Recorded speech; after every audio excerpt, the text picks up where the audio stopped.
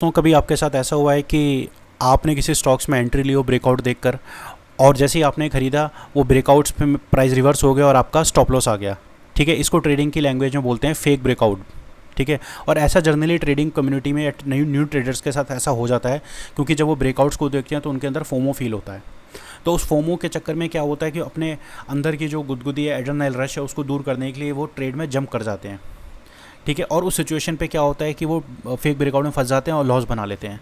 चलिए आज हमें आप ऐसे प्राइस एक्शन के बारे में डिस्कस करने वाले हैं जिसमें आपको फोमो फील नहीं होगा, और जब ब्रेकआउट आएगा तो ब्रेकआउट आने के बाद जब वो प्राइस रिटेस्ट करेगा, जिसको मैं बोलने वाला हूँ ब्रेकआउट एंड रीटेस्ट स्ट्रेटेजी, जिसमें हम डिस्कस करेंगे ब्रेकआउट के बाद हमें कैसे एंट्री लेनी है जहाँ पे हमें सेफ हमारी एंट्री मिले और स्टॉप लॉस हमारा छोटा और हमें फोमो ना हो, हमारी विन रेट हमारी बहुत ज़्यादा हो, जिसका नाम है ब्रेकआउट एंड रीटेस्ट स्ट्रेटेजी। सबसे पहले देखिए, ब्रेकआउट एंड रीटेस्ट स्ट्रेटेजी को समझे के आगे अप्रोच करने से पहले सबसे पहले मैं आपको एक छोटा सा कॉन्सेप्ट समझाता हूँ सपोर्ट एंड रेजिस्टेंस का।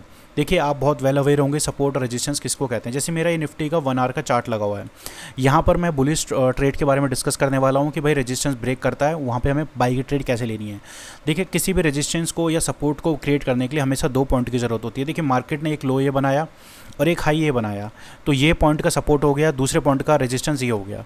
इसने यहीं पर आके बाजार ने यहाँ कंसोलिडेट कर जब ऊपर गया तो ये सपोर्ट हमारा कंफर्म हुआ, और देखिए रेजिस्टेंस यहाँ पर कंफर्म हुआ। तो मतलब क्या हो गया है कि यहाँ पर प्राइस एक्शन हमारा क्या कर रहा है, इस जोन पर प्राइस एक्शन यहाँ पे ट्रेड कर रहा है निफ्टी, यहाँ पे सपोर्ट क्रिएट हो गया, यहाँ पे रेजिस्टेंस क्रिएट हो गया। अब as a trader, breakout trader हम हैं और एज अ रिटेस्ट ट्रेडर हैं जहाँ हम लंबी दूरी की ट्रेड करते हैं, तो उस सिचुएशन पे हमें सबसे पहले कि इसके अंदर हम ट्रेड नहीं करेंगे। तो हमें तो ये तो समझ में आ गया कि भाई किसी भी सपोर्ट को क्रिएट करने के लिए हमें 2 बार प्राइस चाहिए और 2 बार रेजिस्टेंस चाहिए। और जैसे ही अगर आप यहाँ पे देखेंगे कि चूंकि हमारा ये सपोर्ट रेजिस्टेंस हमारा यहाँ पर क्रिएट हो चुका है, तो सबसे पहले हमें यहाँ पे क्या करना है, हमें यहाँ पे ब्रेकआउट का वेट करना है। देखिए, यहाँ पे क्या, ये बात है हमारी 1 फरवरी की। जैसी प्राइस एक्शन ने यहाँ पे ब्रेकआउट दिया, इस जोन को अगर आप चेक करेंगे, इस जोन को जैसे ब्रेकआउट दिया, ब्रेकआउट कैसे दिया इसने, ब्रेकआउट दिया गैप अप ओपनिंग से।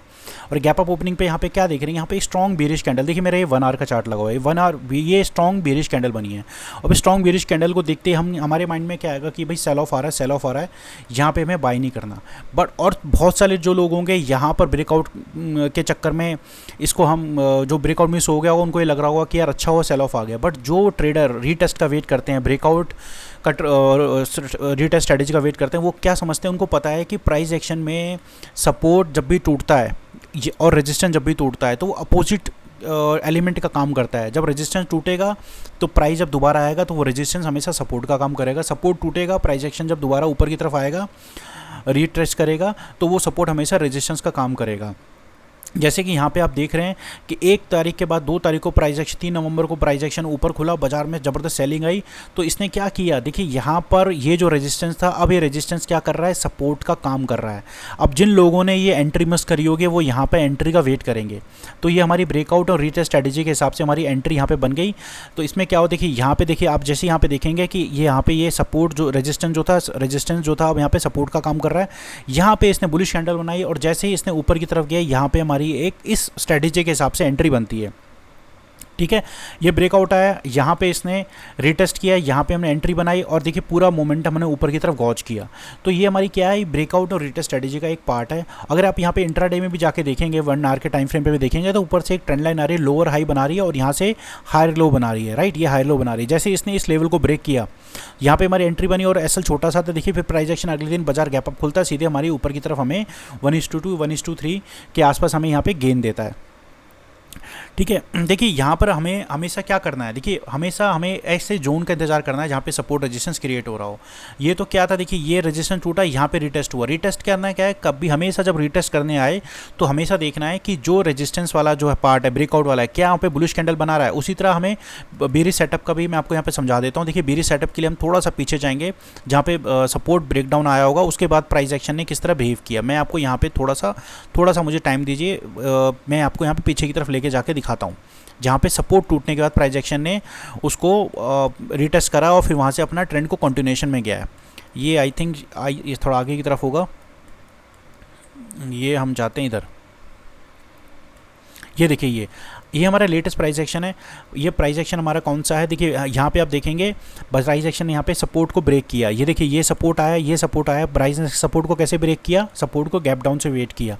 अब बहुत से ट्रेडर यहाँ पे या तो फोमो फील करेंगे या तो ट्रेड में कूद जाएंगे और यहाँ पे फोमो फील करके कुछ पॉइंट को लेके निकल जाएंगे। बट जो रियल ट्रेडर होते हैं वो हमेशा क्या करते हैं, फोमो फील नहीं करते, वो हमेशा अपने सेटअप का वेट करते हैं। वो क्या करते हैं वो दोबारा रीटेस्ट का वेट करते हैं। देखिए यहाँ पे सपोर्ट टूटा, कौन सी तारीख को टूटा, अगर ये चार्ट हमारा लेटेस्ट है, ये चार्ट 12 मई को सपोर्ट टूटा। सपोर्ट टूटने का प्राइस एक्शन नीचे की तरफ आया, देखिए दोबारा इसने रिटेस्ट किया। अब सपोर्ट के पास अब क्या है, प्राइस एक्शन का रोल क्या है, सपोर्ट बिकम्स नाउ, सपोर्ट क्या हो गया हमारा, रेजिस्टेंस हो गया। देखिए सपोर्ट के पास जैसे ही आया, यहाँ पे इसने बेरिश सेटअप बनाया और ये इसने नेकलाइन का ब्रेकडाउन दिया, राइट। अब इस नेकलाइन को ब्रेकडाउन को यहाँ पे हमारी एंट्री कहाँ बनती है, देखिए हमारी एंट्री बनती है जस्ट इसके नीचे। इस प्राइस एक्शन को देखेंगे 15 मई के 9:15 बजे के नीचे जब प्राइस एक्शन निकला हमारा 23,660 के नीचे जैसे निकला, यहाँ पे हमारी एंट्री बनती है। हमारा स्टॉप लॉस कितना था, 726 का था। और अगले दिन मार्केट हमारे क्या हो, 9:15 बजे प्राइस एक्शन ऑलमोस्ट 1.5% नीचे गया और यहाँ पे हमें 1:3 या 1:4 का ईजिली हमें टारगेट मिला। देखिए हमारी क्या था, ब्रेकडाउन आया। सपोर्ट जो हमारी ब्रेकआउट एंड रिटेस्ट स्ट्रेटेजी के हिसाब से इसने हमारे कैसे काम किया, यहाँ पे देखेंगे हम दोबारा बोलते हैं। देखिए ये सपोर्ट क्रिएट करने के लिए 2 पॉइंट चाहिए थे, ये सपोर्ट का ब्रेकडाउन आया, प्राइस एक्शन ऊपर गया, यहाँ रिटेस्ट किया, बेरिश कैंडल बनाया, ये ब्रेकडाउन आया, फिर दोबारा टारगेट के पास। यहाँ ट्रेड लेने से बेटर था यहाँ पे हम एंट्री लेंगे, क्यों, क्योंकि यहाँ पे हमारा 2 पॉइंट है, यहाँ पे सेफ एंट्री मिलेगी, एसएल छोटा होगा और टारगेट हमेशा बड़े बनेंगे। और लेकिन जब भी हमारा ब्रेकडाउन पे हम या ब्रेकआउट पे ट्रेड लेते हैं तो वहाँ पे क्या होता है ना, फ्लो में मोमेंटम में जाता है, बट रिटेस्ट जब करता है तो सारा गेन हमारा खराब हो जाता है। और जब भी ब्रेकआउट और रिटेस्ट स्ट्रेटेजी पर ट्रेड लगते हैं, फ्लो में क्या करता है, पहली बार तो फ्लो में नहीं जाएगा, लेकिन वो दोबारा रिटेस्ट नहीं करेगा, अपने ऑलमोस्ट कभी हमेशा टारगेट के पास आएगा जो हमारा ये टारगेट था।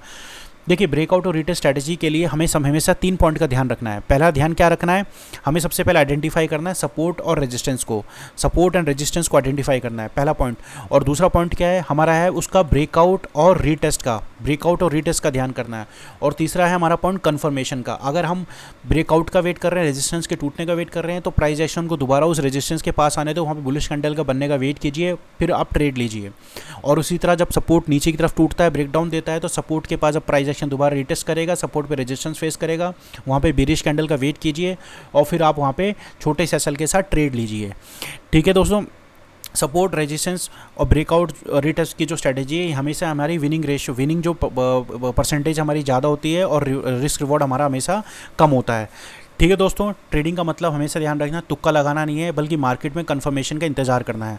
ब्रेकआउट हमेशा ताकत दिखाता है, लेकिन रिटेस्ट आपको एक सेफ एंट्री देता है। अगर आपको ये वीडियो काम की लगी हो तो वीडियो को लाइक, शेयर एंड सब्सक्राइब करना ना भूलें और कमेंट करके बताइए कि क्या आप ब्रेकआउट के बाद तुरंत एंट्री लेते हैं या रिटेस्ट का वेट करते हैं। ट्रेड सेफ कीजिए, मिलता हूँ अगली वीडियो में।